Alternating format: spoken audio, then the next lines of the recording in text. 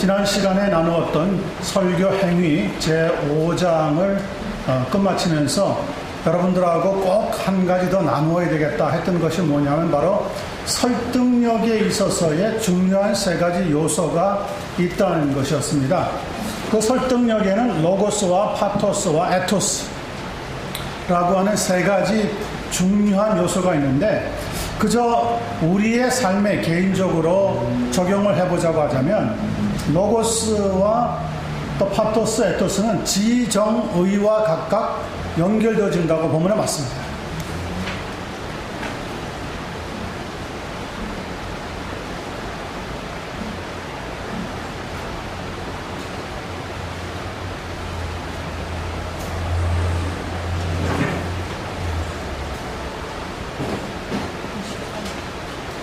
한 사람의 목회자가 설교자로 나서는 데 있어서 하나님께 주시는 우리의 그 인격적인 성품들, 지정의가 설교를 전할 때 있어서도 똑같은 적용 분야로 나타나는데, 하나는 로고스라고 하는 것은 우리의 지적인 영역을 개발해야 되는 성품이죠. 로고스.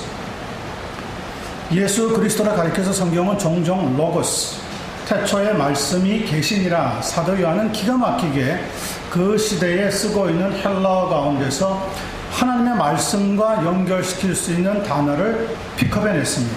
그리고 로고스라고 하는 단어를 예수 그리스도와 적용을 시켜주고 있습니다.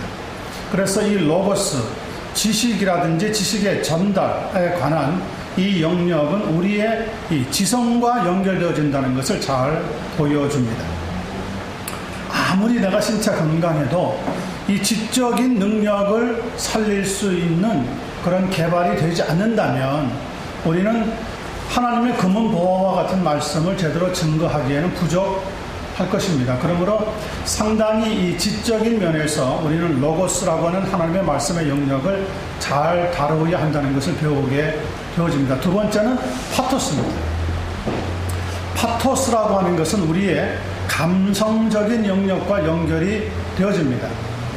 다시 말하면 사랑을 품고 그 상대를 향하여서 간절한 마음으로 설득할 수 있는 어떤 은혜스러운 성품. 한두 번 전하고 마는 것이 아니라 끝까지 그 영혼을 사랑하면서 설득력 있게 마음을 변화시킬 수 있도록, 돌아서는 자리에까지 나올 수 있도록 우리가 이끌어가는 것을 우리는 파토스의 영역이다, 이렇게 설명을 합니다. 이 파토스는 모든 목회자들에게 꼭 필요한 요소 가운데 하나입니다. 성도로서 우리의 신앙생활을 하는 데 있어서도 이 파토스가 얼마나 중요한지 모릅니다. 성경에서는 고슴도치를 가리켜서 상당히 무정한 동물로 취급합니다. 타조와 같은 동물을 성경에서는 무정한 동물의 대표적인 어떤 표현으로 보고 있습니다. 타조란 놈은 알을 낳으면요, 순놈은 알을 놓으면 그냥 가버립니다. 암놈이 그 알이 부화할 때까지 그 주변을 맴돌긴 하지만 보통 조리들처럼 가서 따뜻하게 품어주는 것은 없습니다. 그래서 알을 낳는 것으로, 그리고 약간의 지킴의 상태로 알을 낳았던 어떤 자기의 역할을 다 했다고 보는 거죠. 목회자가 말씀을 증거한 것으로 사명을 다 끝냈다고 본다면 바로 무정한 타조와 같은 존재에 불과합니다. 그 말씀을 증거하고 난 뒤에 얼마나 정말 하나님의 말씀을 받아들였는가, 얼마나 이해했는가, 얼마나 깨달았는가, 이 설득력이라고 하는 것은 그러므로 꼭 우리에게 필요한 영성의 한 성품이다.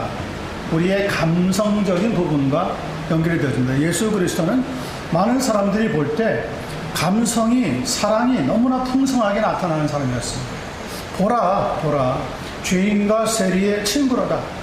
그 당시에 고상한 척하고 인격적이고 교육자인 척 했던 바리새인들은 세리라든지 창기와 같은 로우 클래스에 있는 사람들과는 상대를 하지를 않았습니다. 아예.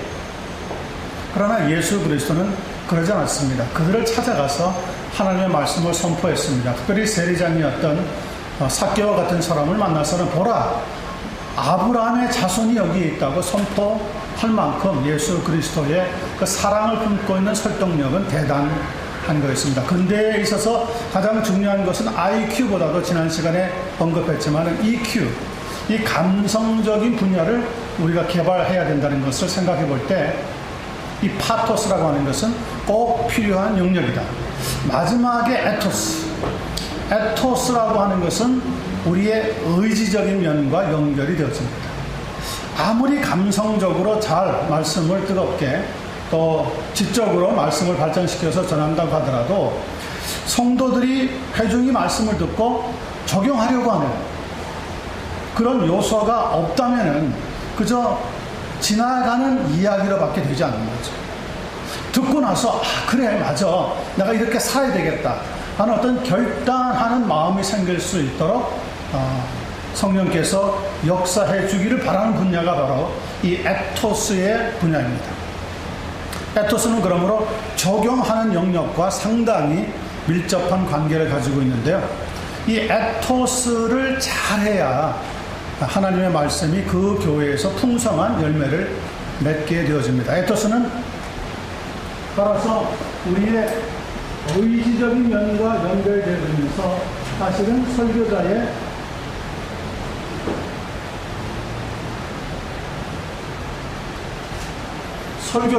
삶과 연결되어진다고 볼 수 있습니다. 사도 바울은 편지를 쓸 때마다 내가 그리스도 예수를 본받은 것 같이 너희들은 나를 본받으라고 권면했습니다. 의지적인 면이죠. 자신의 삶을 통해서 보여주었던 그 복음적인 삶이 너희들도 본받고 살기를 원한다. 그러므로 오늘 현대의 설교자들에게 필요한 것이 있다면 이 의지적인 분야에 바로 에토스가 연결이 되어질 수 있습니다. 특별히 요즘은 많은 교회 목사님들의 실생활이 막 까발려져 가지고 추악한 모습도 드러나고 어두운 면도 막 드러나고 강단에 섰을 때 그 화려한 모습보다도 뒤에 숨겨져 있는 여러 가지 추악한 정말 부끄러운 모습들이 드러나는 것을 보게 되어지는데 이 에토스라고 하는 것은 설교자에게 있어서 그러므로 제일 중요하다고 볼 수 있는 거예요. 그렇지 않으면 설교자가 말만 잘하네 이렇게 할 수 있어요. 설교자가 누구인가? 우리는 그래서 5장 설교의 행위를 마치면서 자연스럽게 6장으로 건너가게 되어집니다. 설교자가 누구인가? 그러면 자, 설교자에 대해서 우리가 나누기 바로 직전에 그 밑에 각주 풋노트를 내려가 보시면 제임스 톤웰이라고 하는 분에 대한 이야기가 잠깐 설명이 되어 있습니다. 29번입니다. 제가 읽어보겠습니다. 이 제임스 헨리 톤웰이라고 하는 것은 PCUS가 자유화 되기 전에 남아있던 아주 보수적인 목회자요 신학자 가운데 한 분으로 알려져 있는 개혁주의 서클에서는 상당히 유명한 목회자였습니다. 제임스 스토넨이라고 하는 분은 1812년에 태어나서 1862년에 세상을 떠났습니다. 약 50년 정도 삶을 살아가셨는데 그의 사역은 한 23년에 불과하지만 남긴 그분의 영적인 영향력은 상당하다고 볼 수 있습니다. 이분은 이렇게 설명합니다. 설교자가 된다는 것이 무엇인지 어떻게 설교해야 하는지 이해하는 것은 상당히 중요한 일입니다. 효과적인 설교는 연구와 자기 훈련 및 기도 그리고 특별히 성령의 기름 부음이 만들어내는 결과물입니다. 설교에는 다른 모든 종류의 강연 원고들의 특징적으로 나타나는 미덕들이 결합되어 있어야 하며 그것을 선포할 때에는 신앙의 열정뿐 아니라 거부할 수 없는 하늘의 사랑으로 선포해야 합니다. 상당히 최근에는 듣기 어려운 아주 귀한 말씀이 설명되어집니다. 하늘의 사랑으로 선포해야 됩니다. 또한 그 설교가 설교자의 마음으로부터 나오고 있다는 사실, 그리스도를 향한 사랑과 영혼들을 향한 사랑으로 가득 찬 마음으로부터 나오고 있다는 사실이 드러나야 합니다. 기계적으로 앵못을 읊듯이 똑같은 이야기가 반복되는 것이 아니라 영혼을 향하여서 그리스도를 향하여서 그 뜨거운 사랑이 보여지는 그런 설교가 나타나야 한다고 설명합니다. 이 점에서 세상에는 설교다운 설교가 거의 없다고 해야 할 것입니다. 하나님의 시각에서 보자면 여러분, 이 땅에 아무리 위대한 전도자, 아무리 위대한 목회자, 아무리 위대한 설교자, 아무리 위대한 신학자가 있었다고 하더라도 하나님 볼 때에는 정말 한 점의 정림에도 불과하지 못한 존재가 될 수밖에 없습니다. IQ가 아무리 뛰어난다, 여러분, 하나님의 손톱만한 지식에도 이르지 못해요. 이 땅에 정말 설교다운 설교는 없다고 우리는 고백할 수밖에 없는 입장에 있습니다. 자칭 하나님의 뜻을 설교한다는 많은 목회자들의 자질을 볼 때 그 뜻이 세상에서 실패하지 않고 이루어지고 있다는 것 자체가 신비한 은혜고 하나님의 능력이 아닐 수가 없습니다. 그렇죠. 하나님의 은혜를 주시지 않으면 모든 일이 이루어질 수 없는 거죠. 이런 관점에서 저 자신의 설교를 바라보면 제임스 토너웰 목사님이 하는 말입니다. 다른 사람들은 그렇다 치더라도 나는 그럼 어떤가, 나는 내가 한 설교들을 볼 때 나는 어땠나, 이렇게 고백합니다. 그저 혐오스러울 따름입니다. 참, 여러분, 대표적인 설교자가, 목회자가 이런 고백을 성도들 앞에서 혹은 글로 남긴다는 것은 쉬운 일이 아닙니다. 내 설교는 혐오스러울 따름입니다. 이렇게 말한다는 것은 정말 어려운 문제입니다. 저는 평생 제대로 설교하지 못했을 뿐 아니라 설교문 한 편 제대로 작성하지 못했습니다. 이것은 겸손을 지나쳐서 자기 비하도 정말 너무 엄청나게 비하하는 모습이 보여집니다. 이제는 과연 그 일을 할 수 있을까 절망감까지 들기 시작합니다. 주께서 부디 여러분에게 더 많은 지식과 은혜의 단일한 목표를 주시기를 바랍니다. 그저 모든 것을 하나님의 뜻에 맡길 수밖에 없더라는 거죠. 누가 감히 성도들 앞에서, 회중 앞에서 설교를 마치고 나서 내 설교는 괜찮은 설교야, 잘된 설교야 할 수 있는 사람이 있겠냐는 거죠. 개혁주의 설교자만이 아니라 복음주의 설교자든 자유주의 설교자든 아예 진보적으로 나가버리는 사회 복음을 말하는 설교자든 어느 설교가 감히 하나님 앞에서 제대로 된 설교라고 말할 수 있겠냐. 그런데도 하나님이 우리에게 설교할 수 있는 기회를 주신다는 것은 순전히 그분의 뭡니까? 은혜입니다. That is all His gift. 하나님의 은혜입니다. 하나님의 은혜가 아니고는 강단에 설 수도 없고 강단에 내려와서 살 수도 없습니다. 이 정도로 설교라고 하는 영역에 대해서 비판하기는 쉽지만, 그러나 설교를 진짜 삶에 실어서, 에토스와 같은 삶에 실어서 우리가 설교한다는 것은 거의 불가능한 일이라는 거죠. 근데 이 불가능한 일을 하나님께서는 누구를 통해서 가능하게 만드십니까? 성령님을 통해서 가능하게 만들어 주시는 거죠. 그러므로 그것은 하나님의 은혜가 될 수밖에 없다는 겁니다. 여러분, 설교할 수 있는 기회를 만났을 때 거절하지는 마시되, 설교할 때 그러나 내가 설교를 할 수 있다고 자부심은 갖지 마십시오. 설교할 수 없는 추악한 부끄러운 나이지만 맡겨주신 이 기회를 하나님의 영광을 드러내는 기회로 삼고 여러분과 말씀의 은혜를 나누고자 합니다 라고 하는 시작이 그러므로 더더욱 중요하다고 볼 수가 있습니다. 자, 오늘 설교자 6번에 들어가겠습니다. 페이지 25페이지입니다. 자, 1번, 설교는 뭐가 아니라고요? It's not a part-time job. 부업이 아니라는 거예요. 설교는 직업이 아닙니다. 직업이. 잡이 아니라고요. 잡. 설교하는 목회자가 설교할 수 있는 기회를 잡으로 삼으면 그것은 예수 그리스도의 교회가 아니라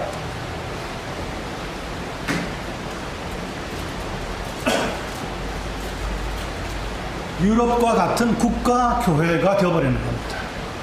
그러면 교회가 국가에게 소속되기 때문에 목회자가 되는데 그냥 목회자가 되는 게 아니라 공무원이 되는 거죠. 이것은 목자와 양의 관계를 설명하고 있는 예수 그리스도의 요한복음 10장의 말씀에 비추어 때 전혀 얼토당토 않는 말이라고밖에 말할 수 없어요. 목자는 양과 함께 사는 것이고요. 양은 목자와 함께 사는 거예요. 이것은 지금도 중동 지방에 가보면 목자들이 살고 있는 삶을 보면 분명합니다. 동부 아프리카 지역은 특별히 이 중동 지방의 영향을 많이 받아서 양을 기르는 목자들이 많습니다. 어릴 때 다윗처럼 목동으로 자라는 아이들이 많습니다. 이 목동으로 자라는 아이들은요, 한 가지를 잘해야 됩니다. 양을 잘 케어할 수 있어요. 특별히 양은 이 털이 빨리 자랍니다. 그리고 많이 자랍니다. 그래서 이 털들이 막 엉킵니다. 자기 몸에서 뿜어내는 기름 때문에 털이 얽히기 시작하면 거기에 각종 벌레들이 꼬이기 시작합니다. 그러면 양은 자기 몸을 스스로 긁을 만한 발톱이라든지 뿌리라든지 이런 게 없기 때문에 자기 몸이 간지러운데도 불구하고 여기 부딪히고 저기 부딪히면서 몸에 상처가 생깁니다. 그러다가 한번 그 무거운 기름이 잔뜩 묻어있는 털을 아는 채 넘어지면 못 일어납니다.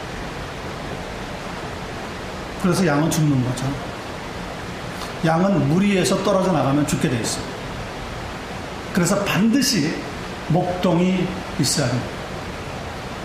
목동은 그 많은 털을 깎아주는데, 혹시 한국에서 이전에 60년대, 70년대 사셨던 분들은 기억할 겁니다. 엿장서 아저씨들이 지나가다 보면 그 좀 뭉툭하게 생긴 그 가위, 엿을 자르는 가위로 보셨을 거예요. 웬만한 것은 그 머리 쪼가가지고 툭 쳐서 나누어주든, 그런 거와 같은 쇠로 만든 털을 깎는 기계가 있어요. 그 기계를 이제 손으로 깎는 거죠. 양쪽의 날을 정말 돌에 날카롭게 갈아놨기 때문에 웬만하면 털들이 아무리 기름져서 뭉쳐 있어도 툭툭툭 잘라져 나갑니다. 그런데 목동은 경험이 부족하잖아요. 그래서 털을 깎는다고 깎다가 한두 번쯤은 살갗을 같이 잘라버립니다. 그럼 당장 선열이 시뻘건 피가 툭툭툭 나오죠.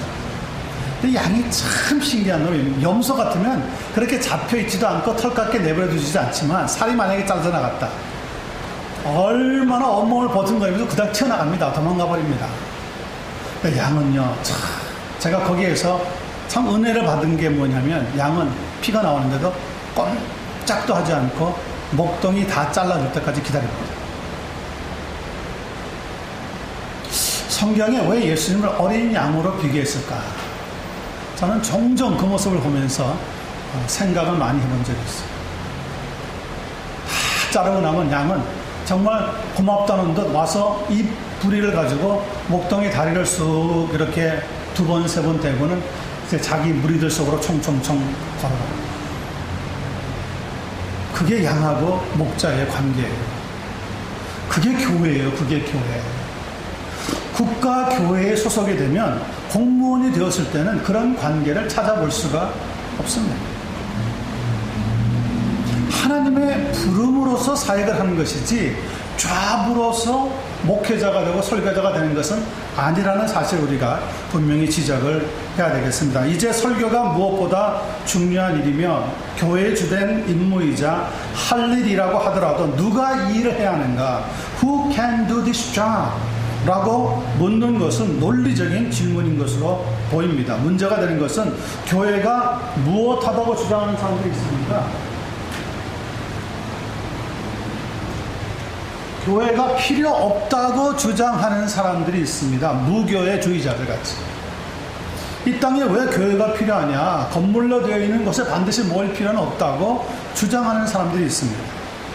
그러면서 비종교적인 기독교에 대해서 이야기하고 있는 오늘날, 이 질문에 대한 심각성은 특별히 더하다고 보이고요. 여전히 교회의 존재를 믿는 사람들이라고 해도 이 질문은 계속해서 물을 필요가 있을 만큼 중요하다고 생각합니다. 1번의 1번입니다. 여기서 첫 번째 원리가 나옵니다. 모든 그리스도인이 설교해야 하는 것은 분명히 아니라고 하는 사실이죠. 모든 크리스천은 무엇해야 되는 보편적인 책임을 맡았습니까?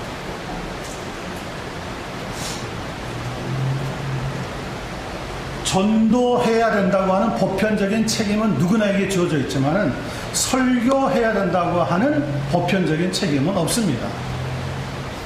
그래서 에베소서 3장 7절을 보면 사도 바울은 이런 말씀을 주고 있습니다. 이 복음을 위하여 그의 능력이 역사하시는 대로 내게 주신 하나님의 은혜의 선물을 따라 내가 일꾼이 되었노라. 하나님의 부르신 은혜의 선물에 따라서 설교할 수 있는 일꾼이 된 것이지 모든 사람이 다 일꾼이 되는 것은 아니라고 분명하게 에베소서 3장 7절에서 설명하고 있습니다. 지금 이 시대는 그런데 평신도 설교가 아주 보편적인 일로 되어가고 있기는 하지만 교회사를 상고해 보면 19세기 이후에 켈빈주의에서 알미니안주의로 신학적인 입장이 변화하면서 평신도 설교도 늘어났다는 것을 주의해서 살펴볼 필요가 있습니다. 평신도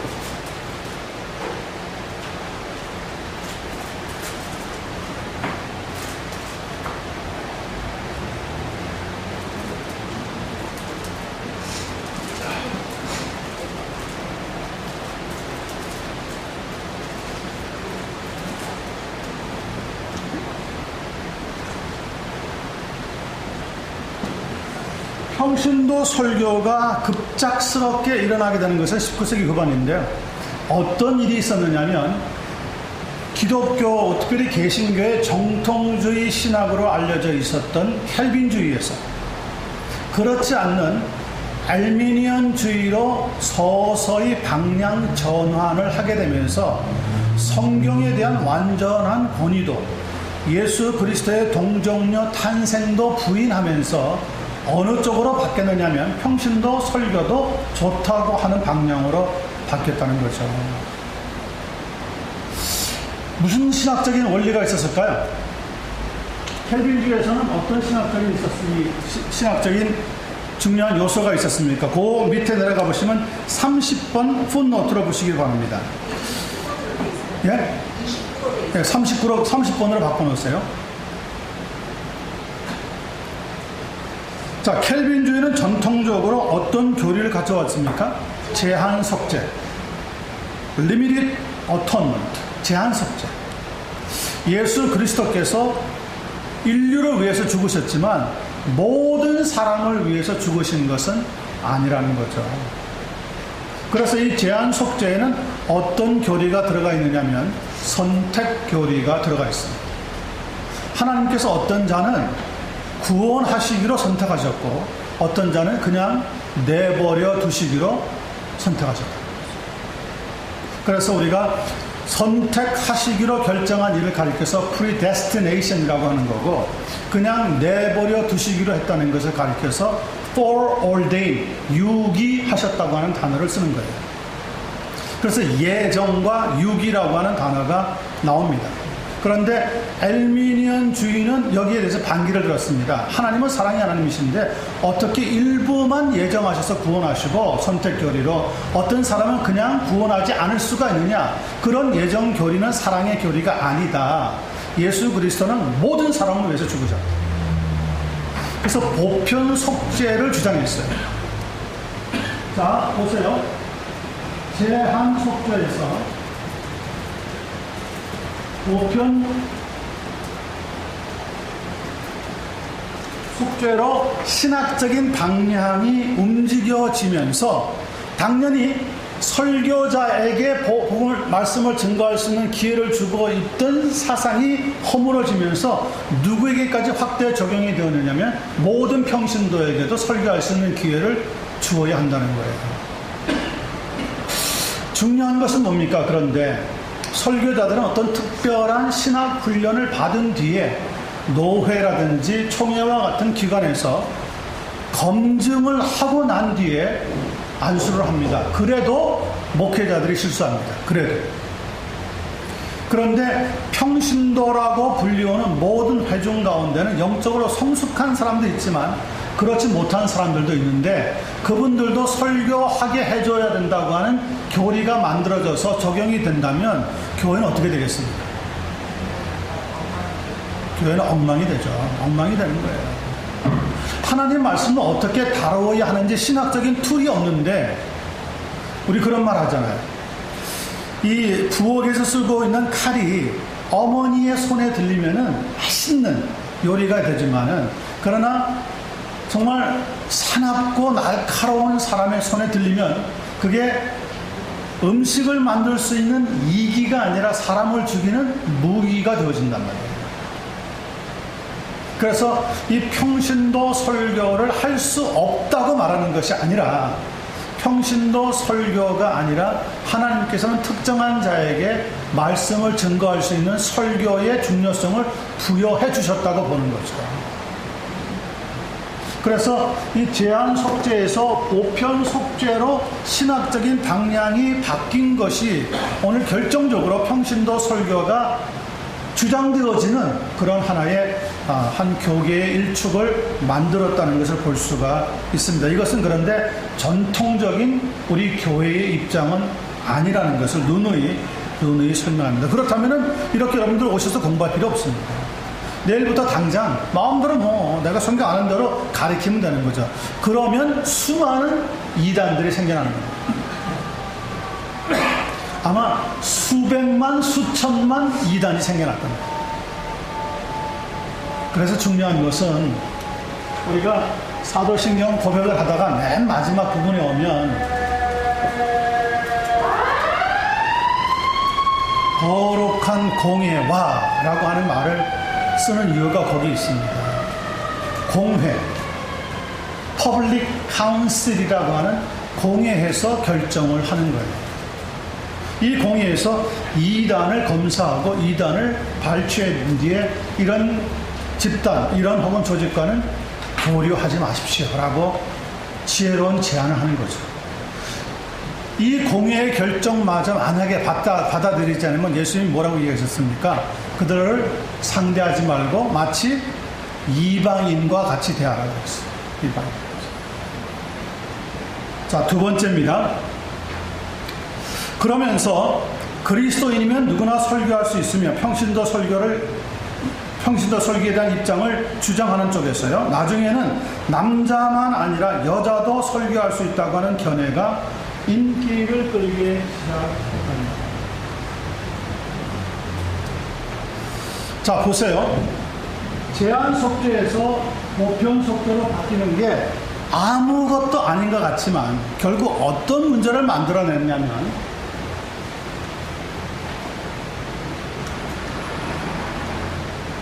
설교자의 필요성을 제한해버리면서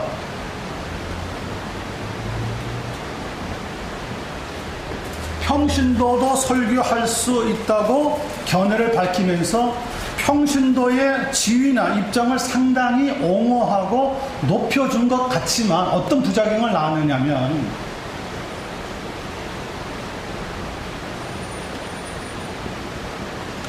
남자만 아니라 여자도 설교자로 세워야 된다고 하는 자유주의 신학의 모체가 만들어집니다.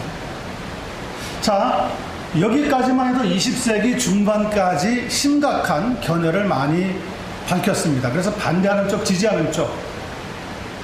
반대하는 쪽에서도 시간이 좀 더 가면서 그래, 여자들이 설교한다고 해도 제대로만 배우면 괜찮지 않겠느냐, 약간은 넓은 마음을 가졌는데 결국 여자 설교자를 세우기 시작한 교단에서 어떤 문제까지 나아가느냐면 결국은 남녀의 차별 문제다 하는 입장을 들고 나오다 보니까 나중에는 결국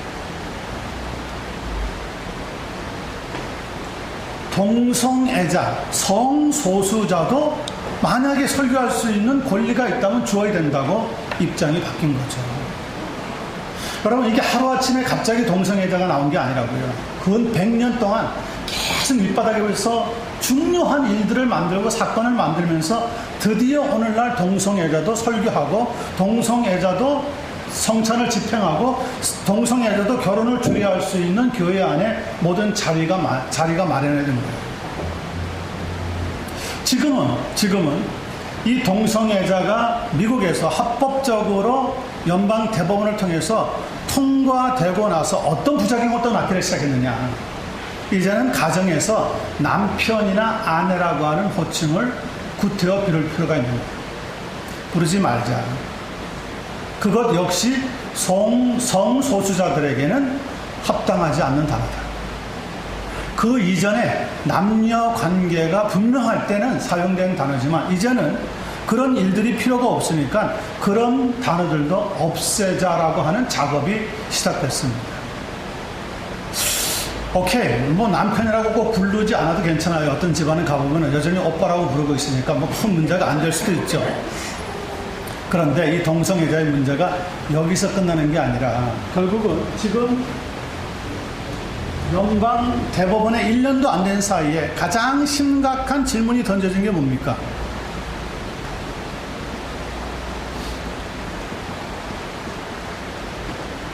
소아 성애자. 말 그대로 어린 여자아이들, 어린 남자아이들. 걔들을 사랑한다는 거예요. 나이 든 사람들이, 아버지 같은 사람들이, 할아버지 같은 사람들이. 그것도 나만이 가지고 있는 사랑의 표현이라는 거죠. 7살에서 13살짜리 어린 소년, 소녀들이 사랑의 대상으로 해달라고 하는 소수 성애자들의 문제에 대한 고소건이 올라갔어요. 자, 보세요. 교회 안에서 굉장히 넓은 마음으로 동성애자들은 그 사람들은 그렇게 한다고 하니까 내버려 둡시다 라고 굉장히 마음을 넓게 했던 사람들이 지금 당황하는 게 뭡니까? 그 다음 단계가 또 기다리고 있다는 거예요. 소아성애에 걸릴 줄 누가 알았겠어요? 자, 이제는 소아성애가 만약에 여기와 똑같은 성소수자들에게 동성애 관계를 인정한 것과 같이 소아성애도 성소수자에 관계되는 사람이니까 허용해야 된다는 법이 안 할 수도 없을 거예요. 연방법원에서 이미 결정을 해버렸기 때문에.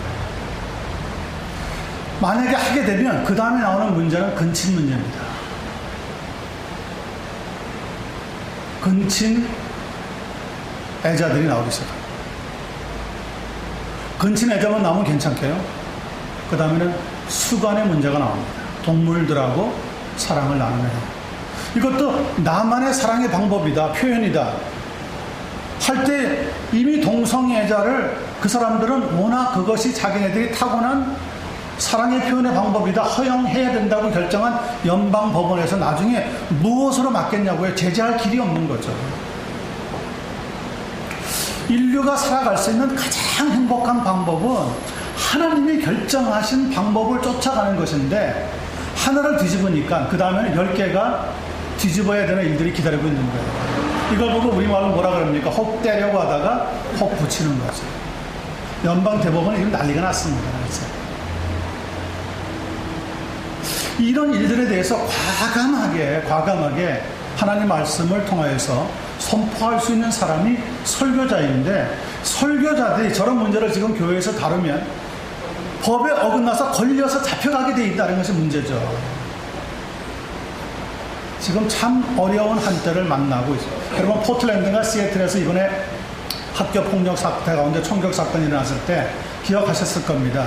당신 하나님 믿는 사람이냐 아니냐? 하나님 믿습니다. 굿바이 빵. 이제는 기독교인들을 골라서 죽이는 일들이 일어나기 시작합니다. 21세기에 순교하는 일들이 생긴다니까요. 이게 말이 안 되는 일이죠, 지금. 그동안에 교회가 20세기, 한 세기 동안에 조용히 있었기 때문에 그런 거예요. 사회 문제에 대해서. 그저 교회, 세상의 법은 나라가 결정하고 교회는 따라가기만 한다. 교회는 그냥 복음만 전하면 된다. 이랬던 문제들이 지금은 더 이상 법물 터져가지고 막을 길이 없게 돼버린 거죠. 자, 설교는 이만큼 지금 아주 중요한 입장에 와 있습니다. 2번입니다. 평신도 설교에 대한 현대적인 관점은 주로 감리교와 형제단, 브레드런 철치 같은 것이죠. 가르침에서 나온 것이고요. 그들은 평신도 설교가 예언자적인 일이 아니라고 주장했어요.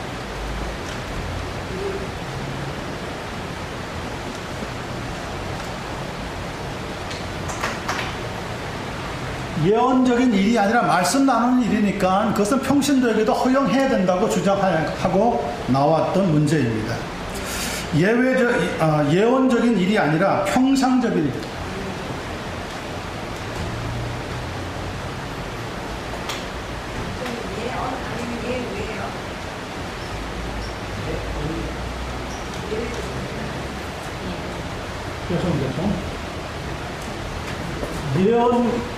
예언과 같이 예외적인 일이 아니라 누구나 할 수 있는 평상적인 일이기 때문이고, 설교자도 자기 사업이나 직업을 가지고 생활비를 벌면서 이를테면 스페어 타임, 여가 시간을 통해서 설교하는 사람이라고 정당화했던 겁니다.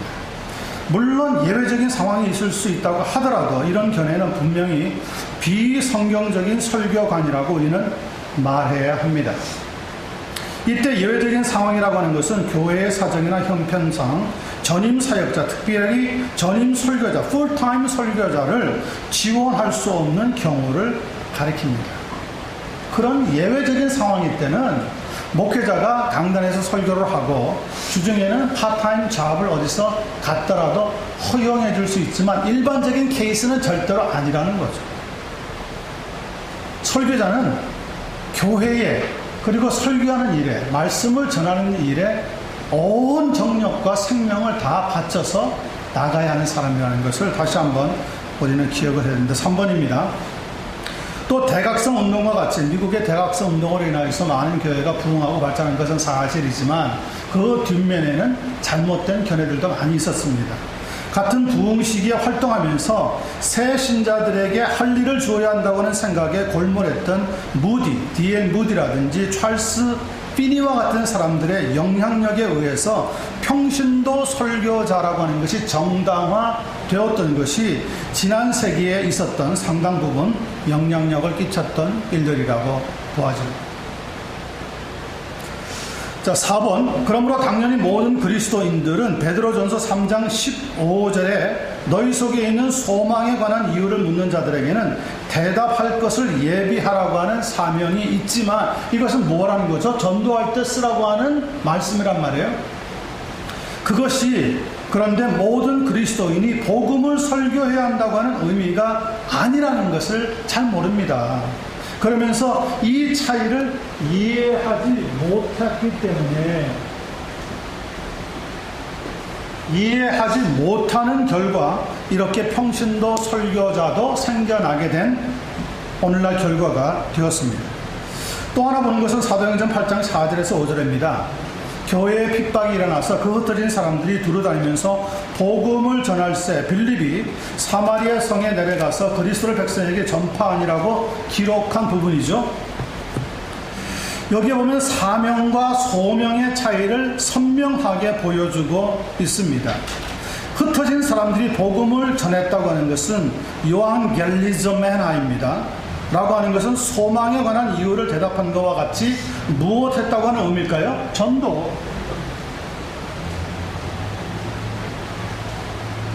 전도했다고 하는 의미이지만 빌립이 사마리아 성에서 그리스도를 백성에게 전파했다고 하는 것은 헬라말로 에케루스켄인데 이건 프로클레임 했다는 겁니다. 이것은 전도도 있겠지만 사실은 그보다 더 큰 영역에서 하나님의 말씀을 설교해서 복음을 전파했다고 하는 의미를 주고 있습니다. 중요합니다. 똑같이 전파했다고 하는 뜻이지만 하나는 사명이고 하나는 소명입니다. 사명과 소명.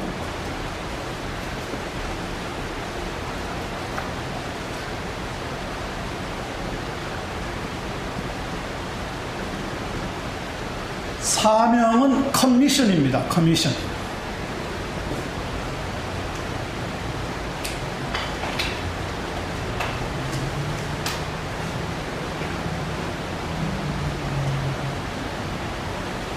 커미션. 소명은 콜링입니다.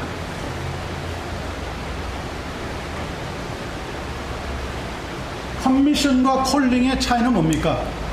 커미션은 누구나 마땅히 해야 되는 일이고, 소명은 그 일을 위해서 특수한 부름을 받았다고 하는 거예요.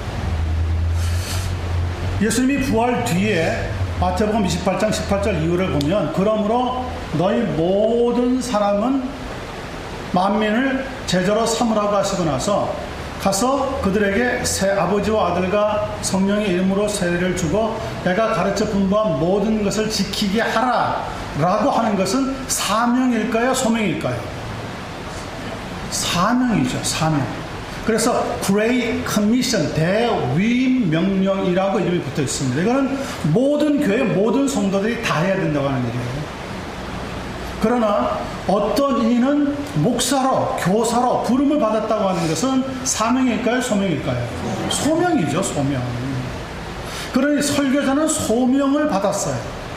빌립과 같은 사람은 초대교회 안수 집사 7사람 중에 한 분이긴 했지만 사마리아 성으로 갔을 때는 집사로 간 것이 아니라 복음을 증거하는 소명자로 보냄을 받은 거예요. 위임을 받아서 건강하는 거예요.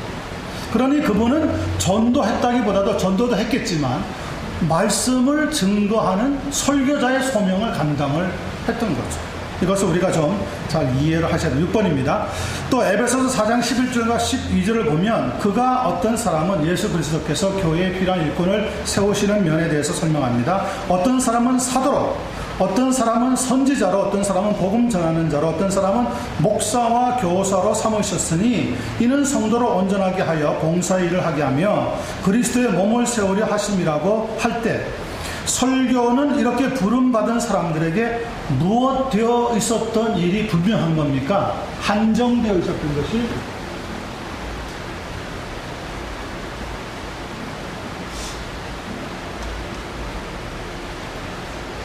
복음을 전하는 사람이 있었다는 것을 한정시키고 있다는 것이 분명한 말씀이 바로 에베소서 4장 1절에서 12절에 나오고 있는 말씀입니다. 그러므로 설교자는 모든 시간을 바쳐서 마땅히 말씀을 증거해야 하는 일입니다. 부업으로 결코 쉽게 할 수 있는 일이 아니라고 하는 거죠. 설교자는 그렇습니다. 2번입니다. 소명의 인식이 있습니다. 설교자에게는 소명이라고 하는 인식을 반드시 가지고 있어야 합니다. 1번. 물론 설교자도 다른 그리스도인들과 똑같은 그리스도인이라고 하는 것은 어떤 사실이죠? 네, 분명한 사실입니다. 분명한 사실.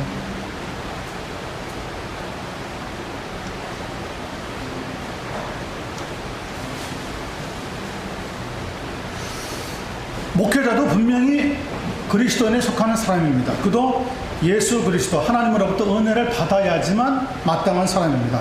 그러나 설교자에게는 그 이상의 것이 필요하고요. 그것을 가리켜서 우리가 콜링, 소명이라고 부릅니다. 이 소명은 스스로 설교하겠다고 해서 결심해서 생기는 것도 아니고 그런 직업을 갖기로 결심한다고 생기는 것도 아닙니다. 그렇다면 질문을 드리겠습니다. 설교자는 태어나는 것일까요? 만들어지는 것일까요? 예, 이 설명에 따르면 만들어지는 것이 아니라 태어나는 거죠. 설교자로 하나님이 택해서 세우는 거예요. 하나님의 주권이에요. 아, 내가 어느 날 신학 공부를 해보니까 좀 재밌어. 아, 설교자가 돼야 되겠다. 그것은 순전히 자기의 흥미에 따라서 결정하는 문제입니다. 물론 성령께서 그런 어떤 동기부여를 줄 수는 있지만 그거하고는 전혀 다르다. 여러분, 세례 요한이 내가 오늘부터 이제 오실 그리스도에 대해서 말씀을 전해야 되겠구나, 그렇게 결심해서 들에 나가서 빈들에서 그리스도에 대한 말씀을, 회개의 세례의 말씀을 전했을까요? 아닙니다. 하나님이 그를 떠밀어서 보냈기 때문에 안 거예요.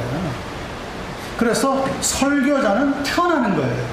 국가교회관은 설교자는 태어나는 게 아니라 만들어지는 거예요. 특별히 국가고시에 합격해서 공무원이 되면 당신은 교회 쪽에서 일하고 싶습니까? 그럼 목사가 되십시오. 이거는 순전히 교회가 하나님의 뜻을 쫓아서 결정하는 것이 아니라 국가가 어떤 기관을 통해서 결정해 주는 거예요. 그거는 소명이 아닌 거죠. 자, 2번. 그렇다면 내가 설교자로 부름받았다는 것을 어떻게 알 수 있겠습니까? 몇 가지 검증 방법이 있습니다. 잘 보시기 바랍니다. 1번. 일반적으로 소명은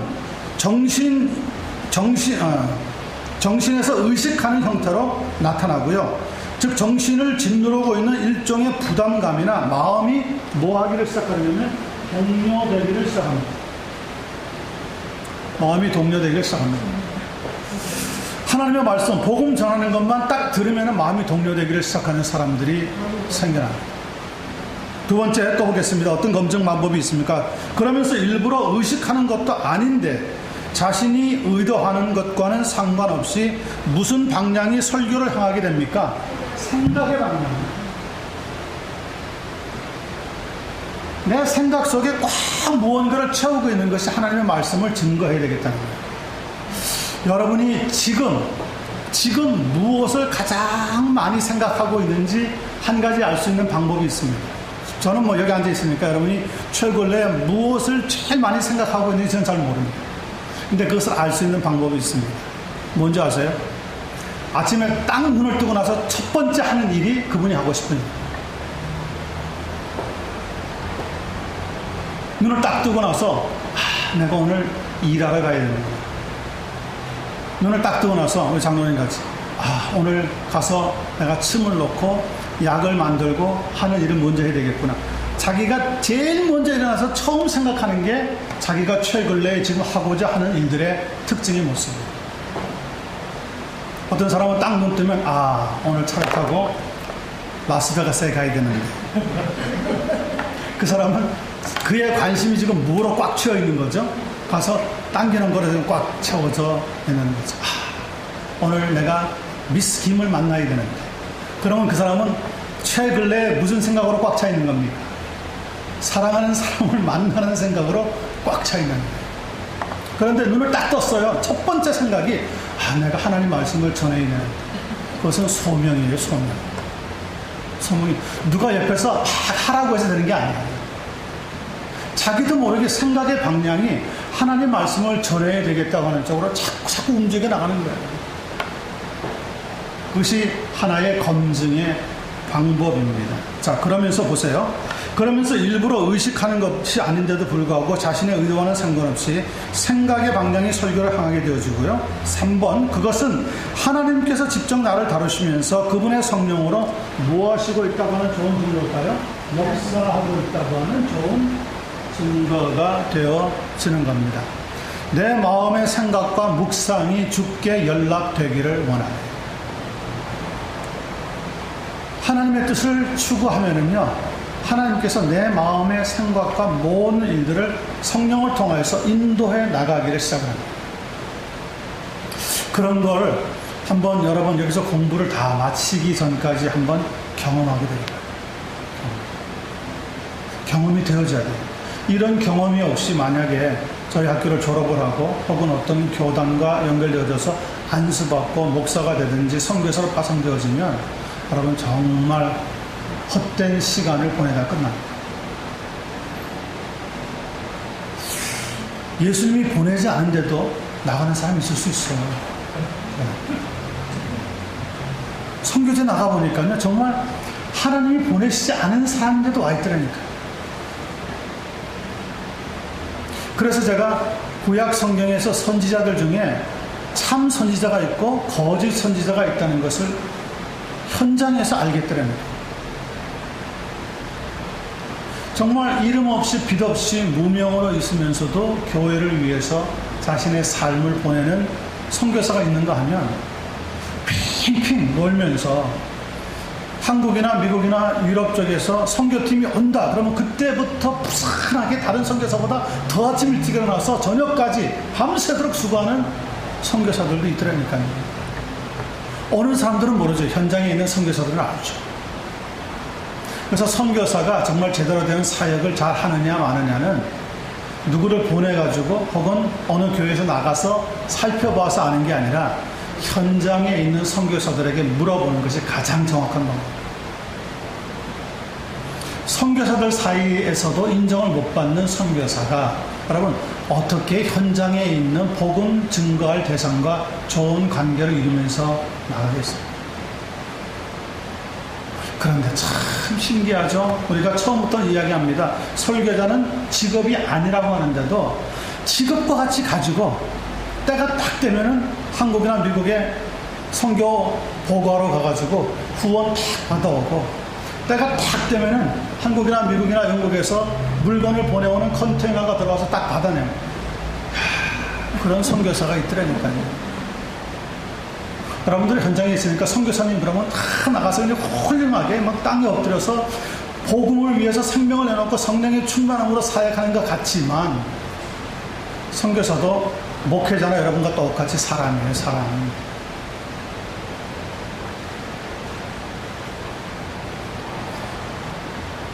참 쑥스러운 이야기들이 엄청나게 많이 있어요. 여기서 다 밝혀지지 않으면 하나님 나라가 밝혀지겠죠. 다 밝혀지겠죠.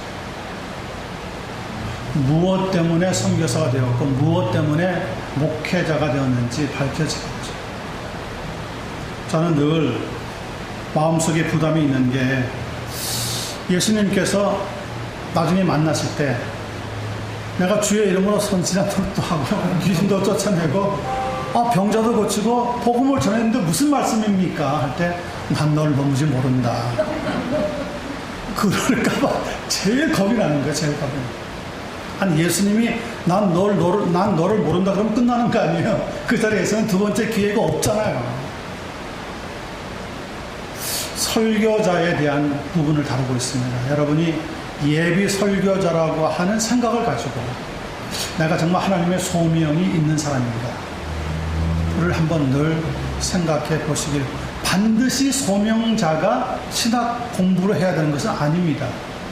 그러나 신학 공부를 하는 동안 계속해서 끊임없이 자기 성찰을 위해서 그런 질문을 던져볼 필요는 있습니다.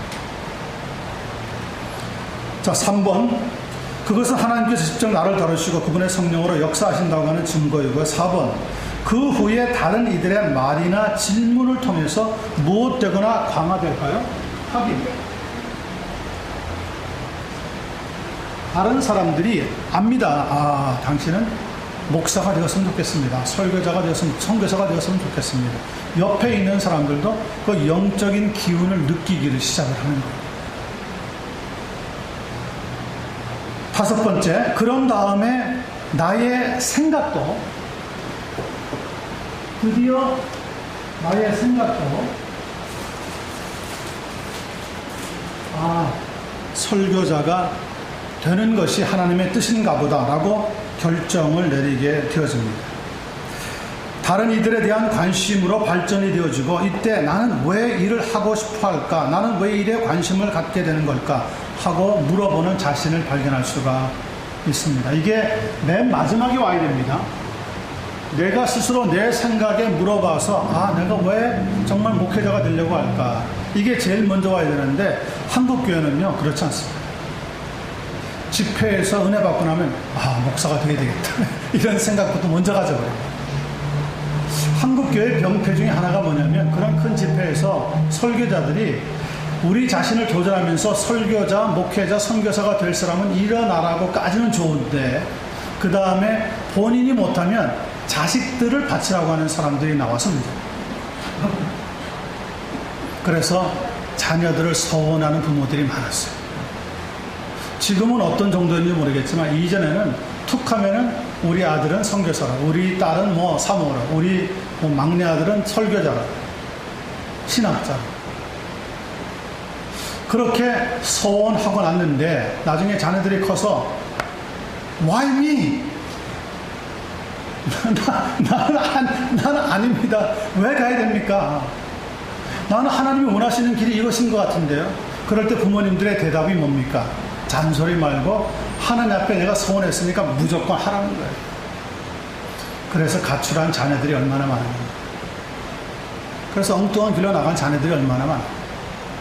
여러분, 콜링은 부모를 통해서 자녀들에게 주는 법은 없습니다. 하나님이 나를 부르신, 사무엘을 부르셨지 한나를 불러가지고 사무엘 바치라고 하지 않았어요. 이런 일들을 우리가 소명의 인식이라고 하는 캐테고리에서 잘 살펴보아야 합니다. 3번입니다. 그러면서 가장 결정적인 검증 방법은 일종의 나중에 계속해서 나를 억누르는 뭐가 있습니까? 압박감이 있습니다. 느끼는 것인데 그것은 설교 외에 다른 일은 전혀 할 수 없으며 다른 어떤 일을 해도 무엇을 얻지 못할 것 같습니까? 만족을 얻을 것 같지가 어떤 일을 해도 세상에서 나는 말씀을 설교하는 일 외에는 만족을 느끼지 못할 것 같다고 하는 최종적인 결론에 도착하는 것이 가장 아름다운 검증 방법입니다. 이 점에 대해서 찰스 스폴전 목사님은 이렇게 젊은이들에게 종종 말씀을 나누었다고 합니다. 만약 다른 일도 할 수 있다면 If you can do anything else, do it. 그 일을 하라는 거예요. 다른 일 할 수 있다면 그 일 하라는 거예요. 하지 않아도 그럭저럭 지낼만 하다면 하지 마십시오. If you can stay out of ministry, stay out of ministry. 그러나 목회 서역이 아니더라도 나는 얼마든지 하나님 섬길 수 있겠다 생각되면 설교자가 되는 것은 꿈꾸지 말라는 거죠. 설교자가 되고 싶다고 되는 것이고 말고 싶다고 해서 말아지는 게 아니라는 거예요.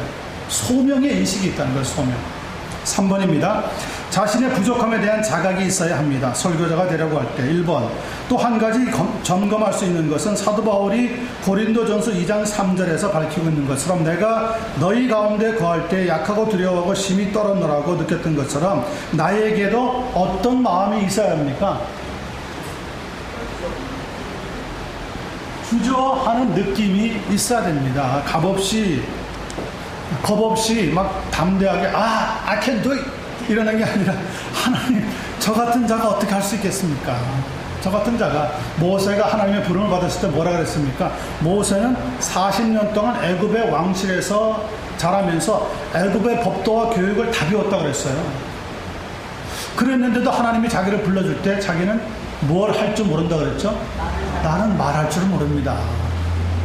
사도 바울도 복음을 전할 때 많은 사람들이 비방하면서 뭐라 그랬습니까? 그를 만나보면 말도 부족하고 몸체도 유약해 보이는데 글씨, 편지를 썼을 때 글체만 강력하지 다른 건 다 보잘것없었더라. 그게 보통 설교자들이 지니고 있어야 하는 특징입니다. 할 수 없습니다. 못할 것 같습니다. 주저하는 마음. 이것은 일부러 겸손해하는 마음이 아닙니다. 정말 자기가 속으로 알아요. 나는 이 일에 합당하지 않는 사람입니다.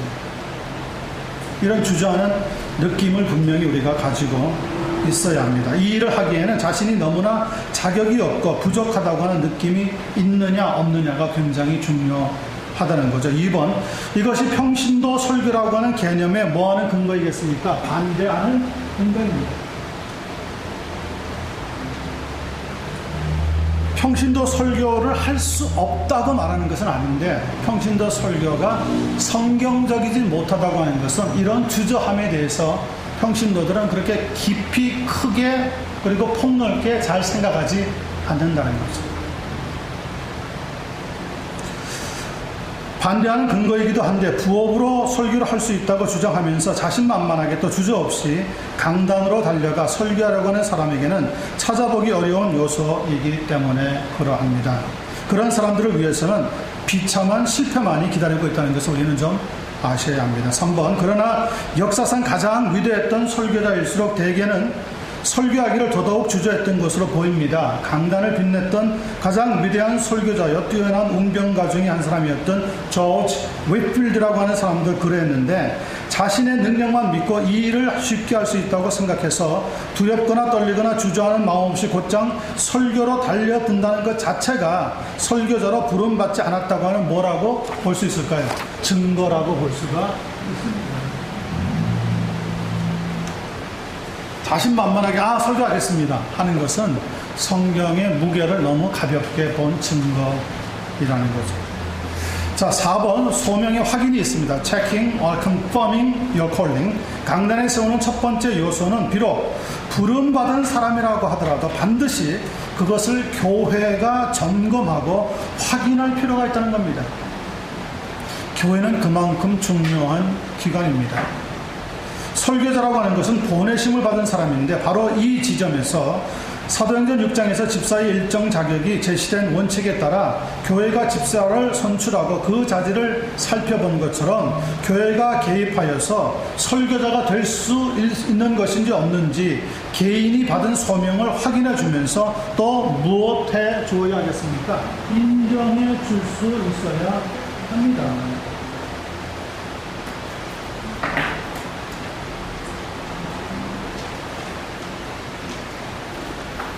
그래서 특별히 교회에서는 교회 생활하면서 교회 당회 같은 데에서 여러 성도들에게 이런저런 일들을 맡겨보는 겁니다. 주일학교도 맡겨보고 때로는 청년회 혹은 학생회, 남선교회, 여선교회, 교회 또 안수 집사님으로 장로로서 여러 기관에서 일들을 맡겨보는 것, 회계, 서기 등등. 소명이 없는 사람의 특징은 뭡니까?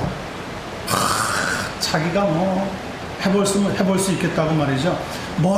연말이 되면 얘기합니다. 목사님, 내가 이거 해보겠습니다. 맡겨주십시오. 맡겨주잖아요. 2-3달이 안 가서 손 띱니다. 그러면서 당회나 목사님이 체근합니다. 어떻게 됐습니까? 다음번에 이런 모임을 가질 텐데 잘 준비가 됐습니까? 그러면 당장 나오는 반발이 뭡니까? 부담 주지 마십시오. 한 번만 더 부담 주면 저는 교회를 떠날 겁니다. 이게 무슨 벼슬도 아니고 겁주는 것도 아니고. 여러분, 교회에서 작은 교회든 큰 교회든 맡겨져 있는 부서에서 자신의 성실함을 나타낼 줄 모르는 사람이 나중에 하나님의 소명에 따라 설교자가 되어서 한 교회를 맡고 한 지역을 맡아서 말씀을 증거하고 선교하고 전도할 수 있다고요? 그거는 잘못된 생각입니다. 그래서 개인이 받은 소경을 확인해주고 인정해주는 것은 교회가 해야 하는 일 가운데 하나입니다. 두 번째, 하지만 자주 일어나는 것도 아니고 예외적이거나 희귀한 사례이긴 하지만 교회 역시 때로는 무엇을 범할 수 있습니까? 실수를 범할 수가 있습니다. 땅 위에 있는 기관 가운데 교회가 가장 공인된 기관이긴 하지만 우리의 소명의 확인에 있어서, 그러나 이 교회도 실수할 수가 있다는 겁니다. 근대 선교의 아버지라고 불리우는 윌리엄 캐리가 영국에서 세계 선교에 대한 거대한 비전에 부딪혀서 처음으로 영국을 떠나서 인도에 선교사로 가고자 하는 자신의 소명에 대해서 목사님들이 모여있는 공적인 자리에 가서 밝혔을 때 일부 목사님들이 벌떡 일어나서 뭐라고 했는지 아십니까? 젊은이, 너무 자신의 혈기만 믿고 방장하게 그런 제안을 하지 말고 자리에 앉아. 침착해. 자네가 아니더라도 나갈 사람 많이 있어. 그러면서 하나님이 주신 사명을 가볍게 여겨버렸어요. 결국 윌리엄 캐리는 그 기관이 아니라 다른 기관을 통해서 인도에 처음으로 개신교 선교사로 나갔는데, 자신의 생애를 마칠 때까지 자신의 부인도 자녀들도 인도에서 희생이 되었지만 인도 선교의 아버지라고 불릴 만큼 아주 굵직한 한 획을 남기고 이 세상을 떠날 수 있었습니다. 만약에 그때 그 교회가 내린 결정에 순종하면서 나가지 않았더라면 개신교 선교는 그 후 30-40년간 더 지연이 되었을지도 모른다고 선교학자들은 밝히고 있습니다.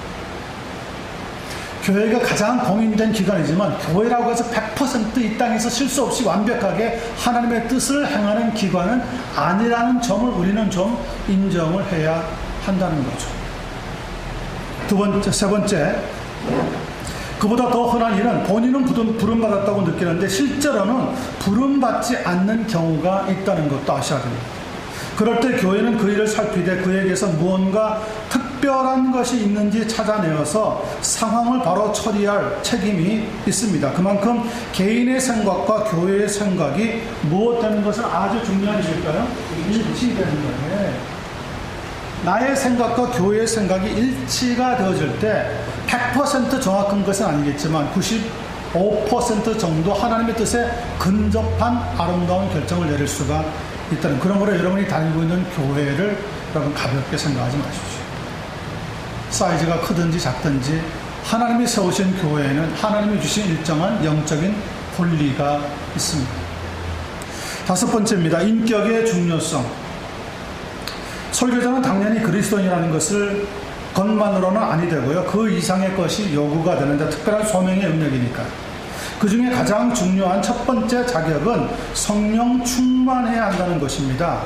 사도행전 6장에 따르면 심지어 집사를 임명할 때에도 반드시 성령 충만한 사람이어야 한다고 고집할 정도로 성령 충만은 우리의 소명에 있어서 무엇한 요소일까요?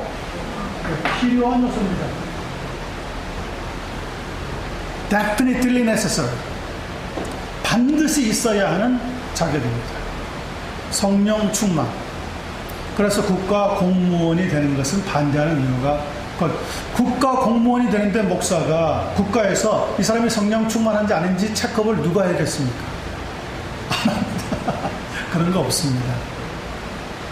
두 번, 그뿐 아니라 진리에 대한 자격 및 진리와 맺고 있는 관계라고 하는 측면에서도 어느 정도 확신을 가지고 있는지도 살펴볼 필요가 있습니다.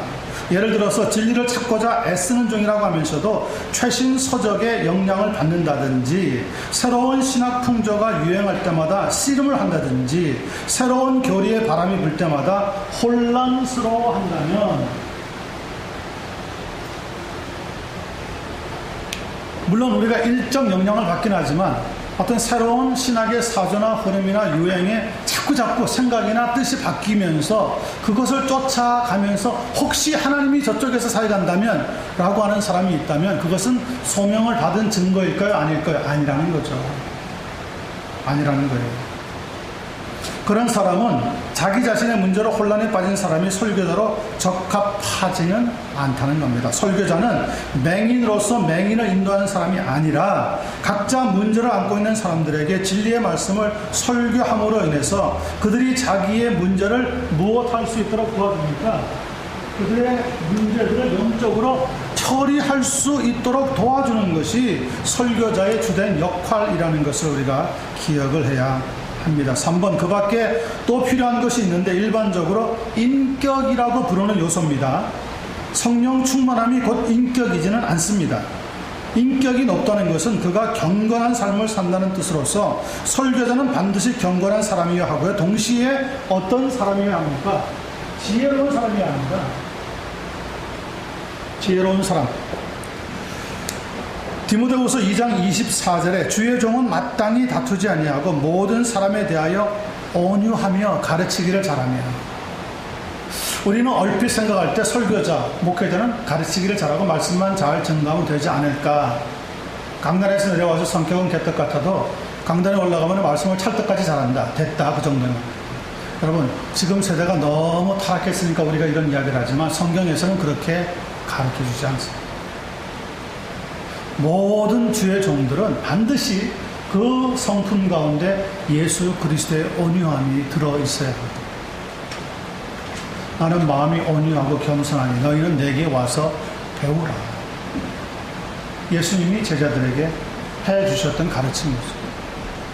그래서 설교자에게는 설교자로서 부름을 받았다고 할 때 그 사람의 인격도 반드시 테스트 해보아야 한다는 거예요. 여러분, 교회에서 툭 하면은 싸우는 사람이 선교제에 가면 갑자기 성자가 될까요? 아닙니다. 여러분, 그 사람의 천성은 안 없어집니다. 여기에서 툭 하면은 사기치고 말이죠. 다른 사람이랑 부딪히기를 잘하는 사람이 선교제에 갔는데 갑자기 막 온정을 베풀고 막 헌신하고 죽는 자리까지 내려가고 그럴 것 같습니다. 여러분, 그런 기적은 안 일어납니다. 그런 기적은 사도 바울처럼 예수님이 다메섹 도상에서 그냥 갑작스럽게 날아서 변화시켜 주기 전까지는 우리의 천성이라는 것은 안 변합니다. 그래서 이 천성을 성령의 성품의 기질로 다루어야 하는 것은 여기에서 신앙생활하고 있는 동안에 고쳐져야 하는 거죠.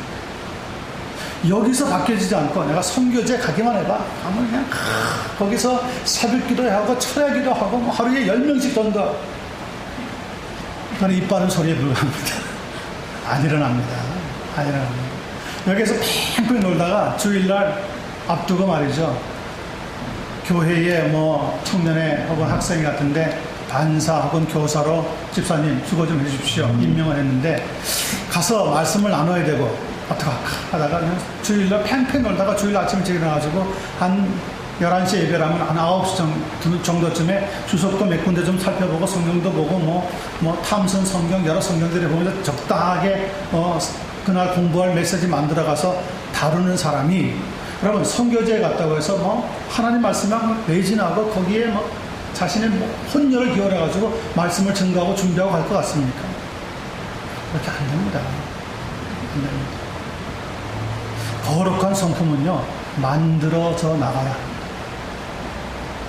저는 예수님이 겟세마네 동산에서 마지막 정말 피땀을 흘리는 그런 혈투의 기도를 드리고 나서 십자가상에 자신의 생명을 매달리고 죽었던 모습을 기억합니다. 거기에 성경에 보면 누가복음에 뭐라고 했습니까? 예수님이 무엇을 줬자? 기도하러 갔더라 그랬습니다. 습관을 줬자. 거룩한 습관이 하루아침에 만들어진다고요? 그런 일은 없습니다. 예수님은 12살 때부터 벌써 예루살렘에 올라가서 하나님과 교통하는 법을 배웠습니다. 성경학자들과 대화를 나누면서 예수님이 하는 질문을 대답을 못해가지고 쩔쩔맬 정도로 예수 그리스도는 거룩한 습관을 계속해서 일생 동안 만들어 나갔습니다. 그랬기 때문에 죽음이라고 하는 가장 긴급한 사건을 목전 눈앞에 두고도 예수님은 습관에 쫓아서 기도하러 갔어요. 우리 같으면은 긴급한 일이 딱 떨어지면 어떻게 합니까? 이거 어떻게 대처할까? 방법도 찾았을 거 아니에요. 우리 말에도 그런 말이 있잖아요. 발등에 붙은 불부터 빨리 꺼야 되지 않겠느냐. 그게 우리가 평상시에 가지고 있는 습관이란 말이에요. 그 습관과는 정반대로 예수님은 거룩한 습관을 만들어 나가셨어요. 하나님의 아들이신데.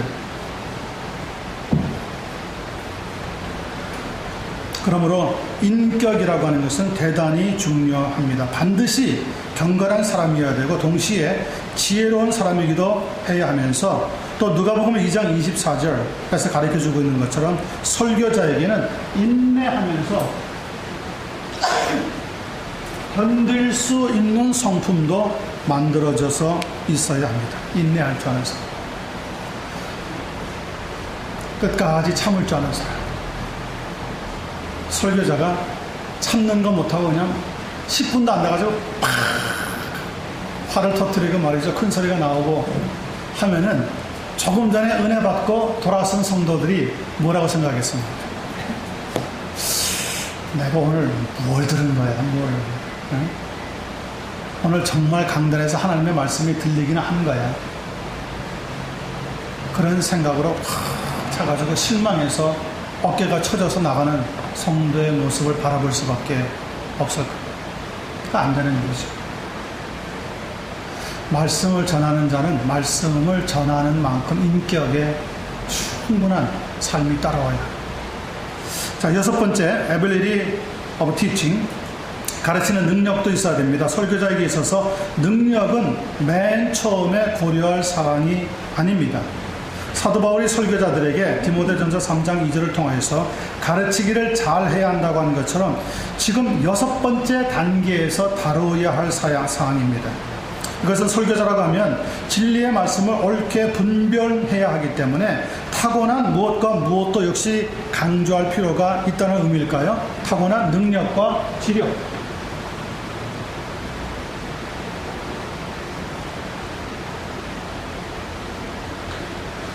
가르치기를 잘하는 능력도 있어야 되고 또 잘 배워서 가르칠 수 있는 지력도 함께 가지고 있어야 합니다. 그래서 선교사로 나가기 전에 여러분들 주일학교 같은 데 가서 가르치는 교사를 자청해서 한번 해보시기 바랍니다. 선교지에 가면요 모든 사람, 모든 계층의 사람들 다 가르칩니다. 내가 좋아하는 그룹만 CCC 같이 대학생들만 딱 상대로해서 가르치지 않습니다. 별 사람들이 다 옵니다. 별 사람들이 다 와요. 그런 사람들 한 사람 한 사람에게 다 포커스를 맞춰가지고 말씀을 증거해야 되는데 아이들에게는 말씀을 전해본 적이 없어요. 그러면 선교지에 가서 제일 먼저 손댈 수 있는 영역이 어린이 사역인데 어린이 사역을 누가 합니까? 아, 목사님, 내가 나이가 얼마인데 아무리 나이 많아봤자 예수님하고 비하면 지금 몇 살이나 됐다고요. 예수님 시대의 제자들도 다 어린이들을 가르쳤는데 그리고 어린이들을 무시하지 마십시오. 어린이들의 영혼의 사이즈나 여러분의 영혼의 사이즈나 몸의 체격의 사이즈와는 달리 똑같습니다. 흡수하는 수용력은 똑같습니다. 똑같습니다. 여러분 생각에는 아이들이니까 아이들 수준에 맞춰서 아주 베이비 같은 이야기를 들려주면 좋겠다 하고 가르칠 것 같죠. 아이들은요, 어른의 이야기를 해도 영적으로 할 때는 그게 받아들여지고 수용이 돼요. 하나님이 만드신 영혼의 깊이라고 하는 것은 아무도 측정할 수가 없습니다. 겉으로만 보고 애들은 저리 가가 예수님 앞에서 제자들이 그렇게 했다가 혼난 적이 있잖아요. 아이들이라고 무시하는 자가 누구냐고요. 그들의 영혼이나 어른의 영혼이나 똑같습니다. 똑같습니다. 자, 2번입니다. 여기에 오늘날 읽기 쉬운 항목이긴 하지만 언변, gift of speech도 추가해야 합니다. 기본적으로 설교자는 분명히 말하는 사람이기 때문에 그렇습니다. 따라서 언변이 없는 사람은 설사 다른 재능이 있어서 위대한 신학자가 되고 개인적인 권면이나 상담에 탁월한 사람이 될 수 있고 또 그 밖에 일들도 많이 할 수 있다고 하더라도 설교자가 되어서는 안 된다는 겁니다. 1번부터 5번까지 지금 다 자기에 갖춰졌습니다. 그래도 이 6번에 가르치는 능력에 대한 부분이 나는 안 된다. 그러면은 설교자는 되지 말라는 거예요. 다른 것은 하더라도. 그만큼 설교는 하나님의 말씀을 전하는 데 있어서 중요한 도구가 됩니다. 특별히 사적인 대화에서조차 자기 의사 표현을 분명히 표현하지 못하는 사람이 어떻게 대중 앞에서 제대로 된 하나님의 말씀을 전할 수가 있겠습니까? 없습니다. 7번째, 내적인 확인과 외적인 확인입니다. Inward and outward confirmation.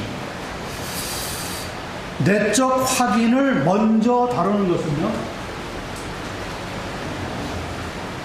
두 가지 확인, 내적인 것과 외적인 것에 있어서 내적인 것을 먼저 다루는 것은 소명과 관련된 실수 가운데 당사자보다는 목사나 장로가 저지르는 경우가 더 많다는 이유 때문에 그렇습니다.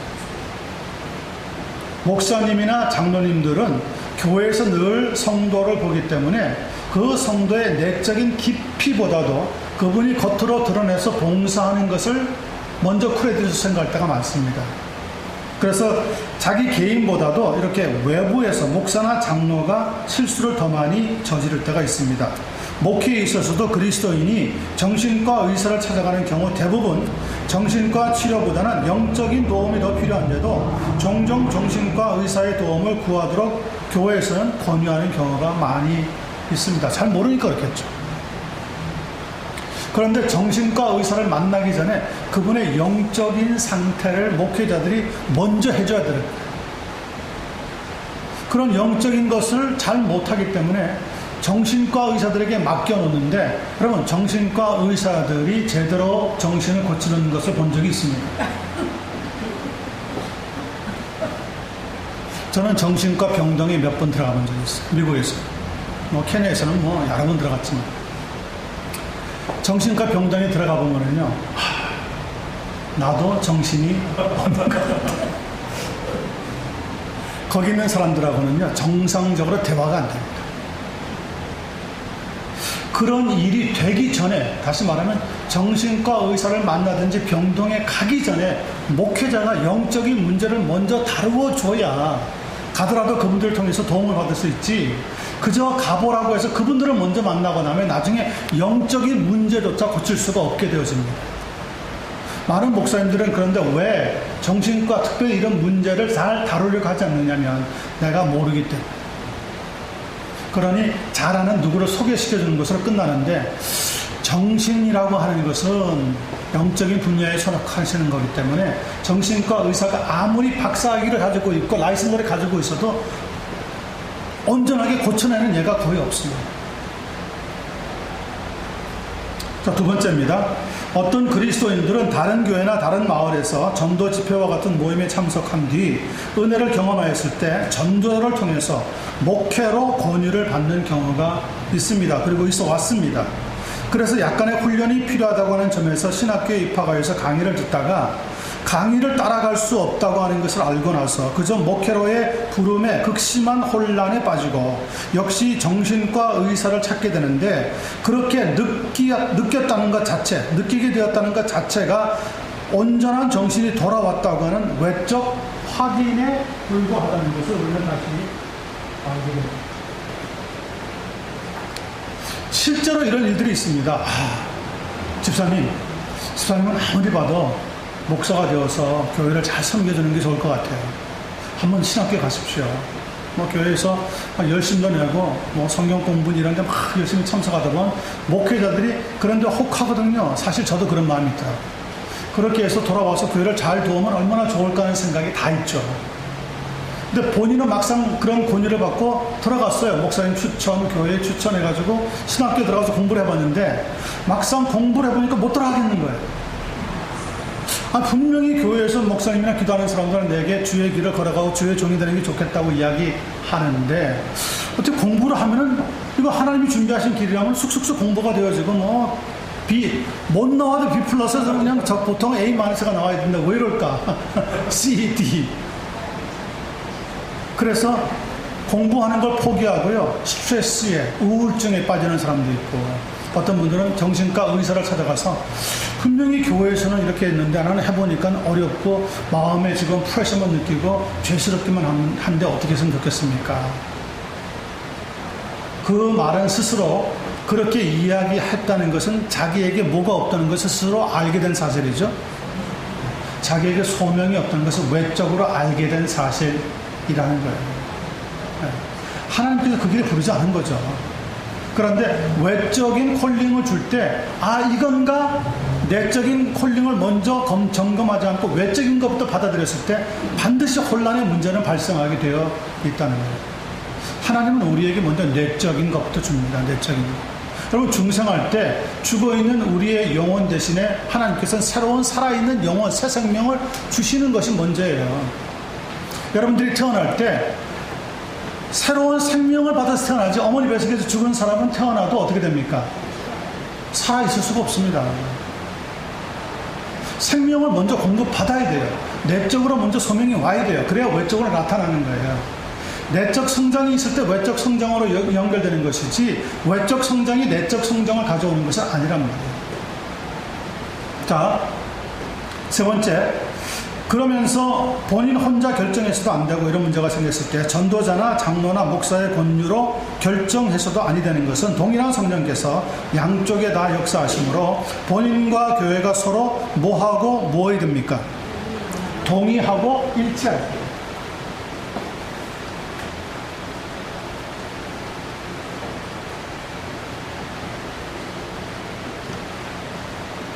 중요하죠. 양쪽 두 쪽이 다 동의해야 됩니다. 그런 것 같습니다. 그렇다고 생각합니다. 그럴 때는 일치하는 겁니다. 가보십시오. 네, 가겠습니다. 이렇게 돼서 하나님의 길을, 또 신학의 공부의 길을 걸어가는 것이지, 일방적으로 되어지는 이런 교회는 하나도 없다는 거죠. 교회가 특수한 영역이라는 것은 바로 이런 점에서 우리가 준비가 되어집니다. 8번입니다. 훈련과 준비.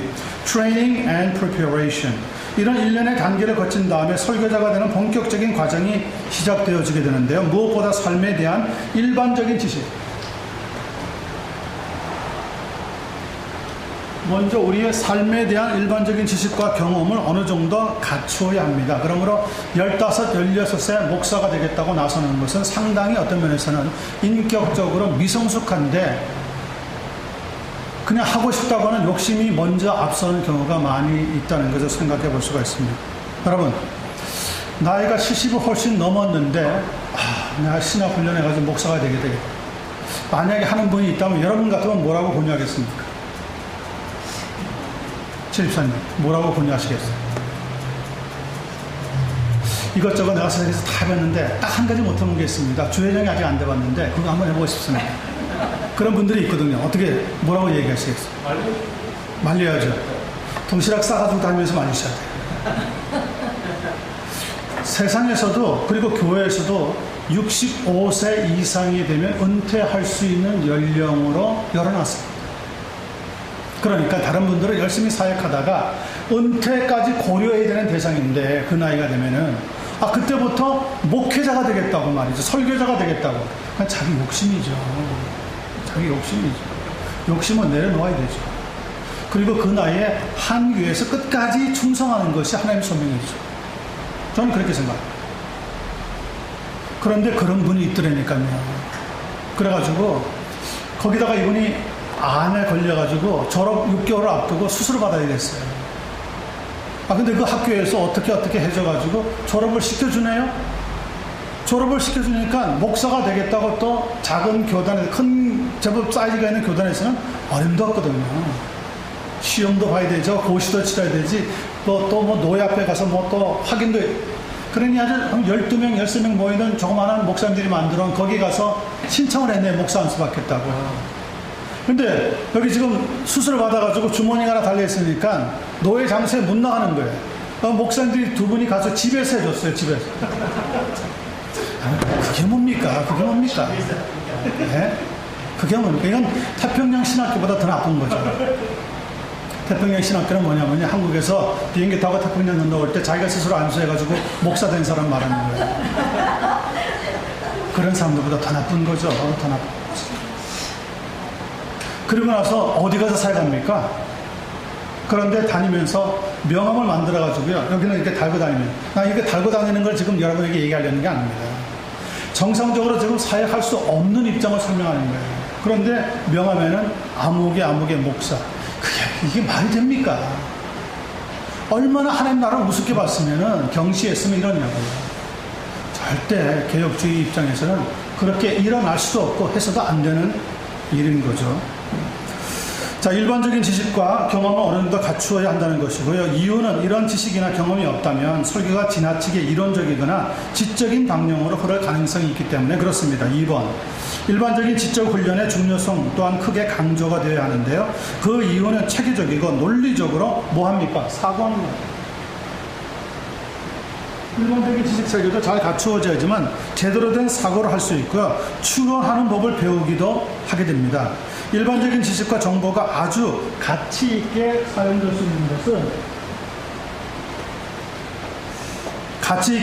수 있는 것은 설교자에게 청중으로 하여금 좀 더 쉽게 메시지를 따라가면서 소화할 수 있도록 도와줄 수 있기 때문에 그러합니다. 자, 9번째입니다. 성경과 신학, Bible and Theology.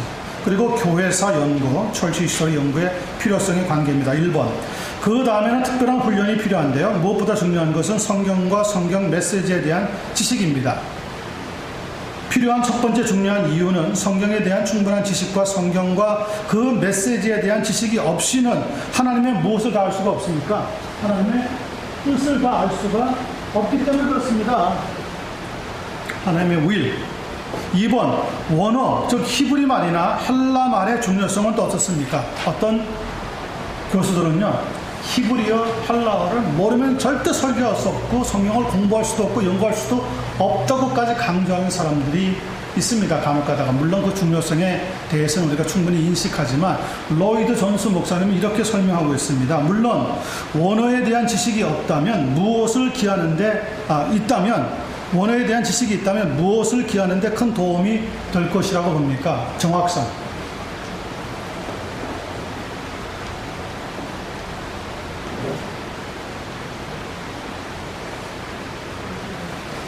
원어를 잘 안다면 그 말의 원래의 뜻이 무엇인지 정확하게 알 수 있는데 큰 도움이 될 수 있다고 인정합니다. 그러나 그 이상의 가치는 없다는 거죠. 그 이상의 가치는 없다는 거죠. 하나님께서 만약에 그날 구약시대에 히브리 언어가 아니라 아수르 언어를 택해서 말씀을 증거하게 했다고 하더라도 똑같은 거예요. 헬라말을 택하지 아니하고 중국말을 택해서 만약에 하나님께서 신약 성경을 쓰게 했다고 하더라도 똑같은 거죠. 그 시대에 가장 널리 통용되고 있는 말을 사용해서 복음을 담게 한 것이지 그 단어가 곧 신적인 언어는 아니라는 거예요.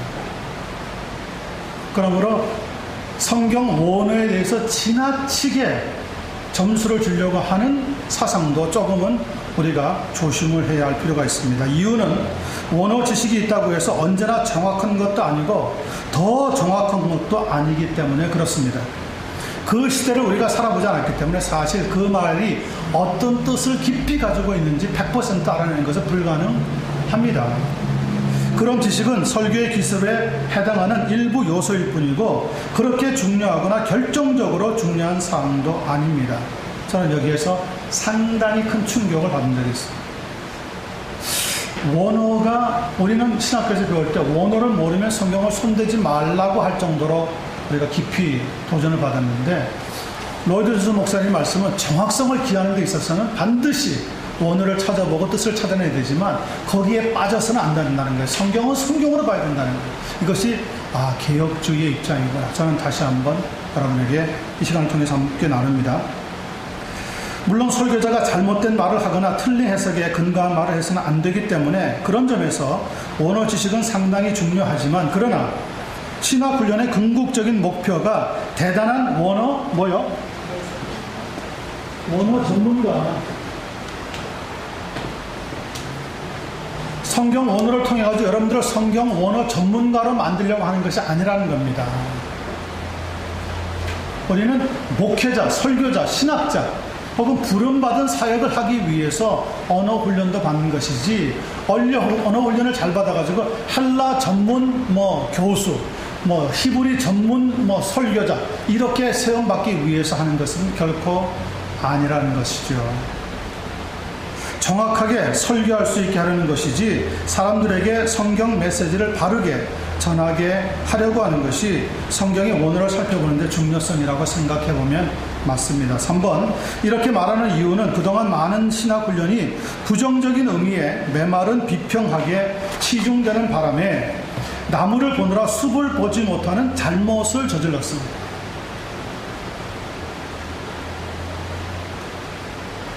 그렇죠?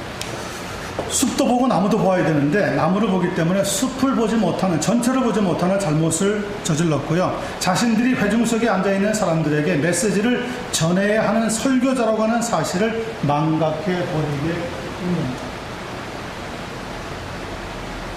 자신이 성경 본문에는 충실했는데 성경 본문을 듣고 있는 사람들이 회중이라고 하는 것을 잊어버렸기 때문에 자꾸 원어 설교로만 빠지는 잘못을 저지르게 된다는 거죠. 결국 살이 아니라 비계에 해당하는 고등비평 같은 문제를 다루면서 시간을 다 써버리거나 그것을 전부로 생각하는 경향을 그동안 보여온 것 또한 사실입니다.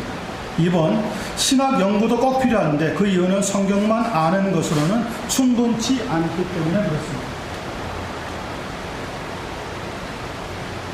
성경을 100% 다 알 수 있는 사람 누가 있습니까? 예수님 빼놓고 없습니다. 그러므로 신학 훈련을 반드시 받아야지만 성경을 하나 둘 이해하고 설명해 나가는 데 중요한 툴을 얻을 수가 있게 된다는 겁니다. 그러므로 설교자는 성경신학의 핵심을 비블리컬 테올로지입니다. 성경신학의 핵심을 끌어내고 그것을 체계적으로 파악할 수 있어야 합니다. 체계적으로 3번, 교회사 연구 역시 필요한데요. 교회사 우리가 계속 지금 공부하고 있습니다. 이를 통하여서 이단의 무엇에 대해서 배울 수 있습니까? 위험성. 그렇죠.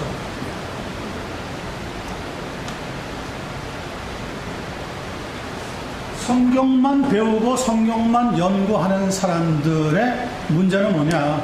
한쪽으로 치우치기 때문에 이단에 쉽게 빠지게 된다는 거예요. 그분 대학교 때 대학생 성교회 같은 데 들어가서 얼마나 열심히 신앙생활 했는데 맞습니다. 신앙생활 했습니다. 그런데 위험합니다. 위험합니다. 교회관이 없기 때문에 위험해집니다. 개인적으로 성경을 많이 연구한다고 하는 분들에게 나타나는 문제가 바로 그겁니다. 본인 개인으로서는 굉장히 훌륭한데 교회를 잊어버렸어요. 교회라고 하는 것은 성도들이 실수도 하고 울기도 하고 싸우기도 하고 거기에서 같이 씨름하는 곳인데 그것을 현장을 잃어버린 거죠. 안타까운 일입니다. 하지만 경험이 많고 훌륭하다고 알려진 인물이 그래서 자신에게 성경도 있고 성령도 계시며 또 자신은 밖에 나가서 선한 일들도 하기 때문에 스스로 안전하며 모든 일이 잘 되고 있는 것처럼 생각하기가 쉽고 그래서 더 이상 필요한 부분이 없는 것처럼 여기다가 얼마 후 이단으로 비난받는 자신의 모습을 발견하고 깜짝 놀랄 수가 있는데 일반적으로 어떤 사람에게 종종 이런 일이 일어납니까? 일반적으로 선량하고 양심적이라고 하는 사람들.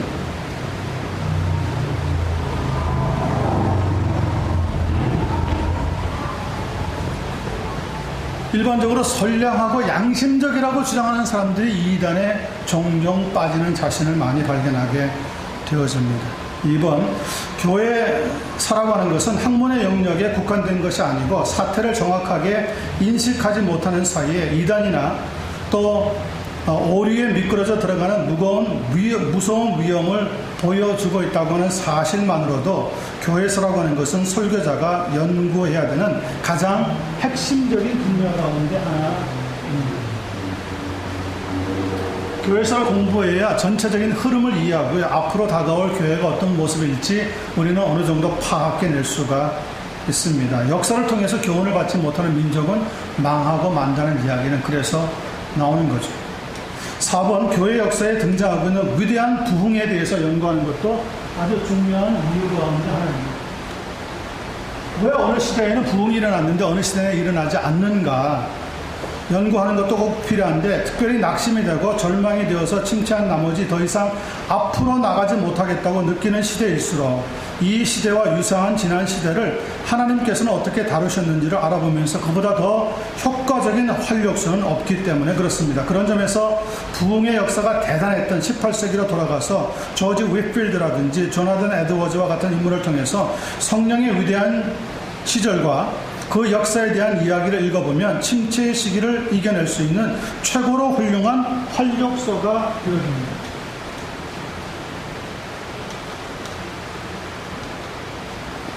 지난날 있었던 훌륭한 위대한 교회 역사들을 살펴보고 공부하고 연구하면 오늘 이 시대에 우리가 무엇을 해야 되는지 거기에 대한 아주 도전과 뜨거운 용기와 활력소가 생기게 되어집니다.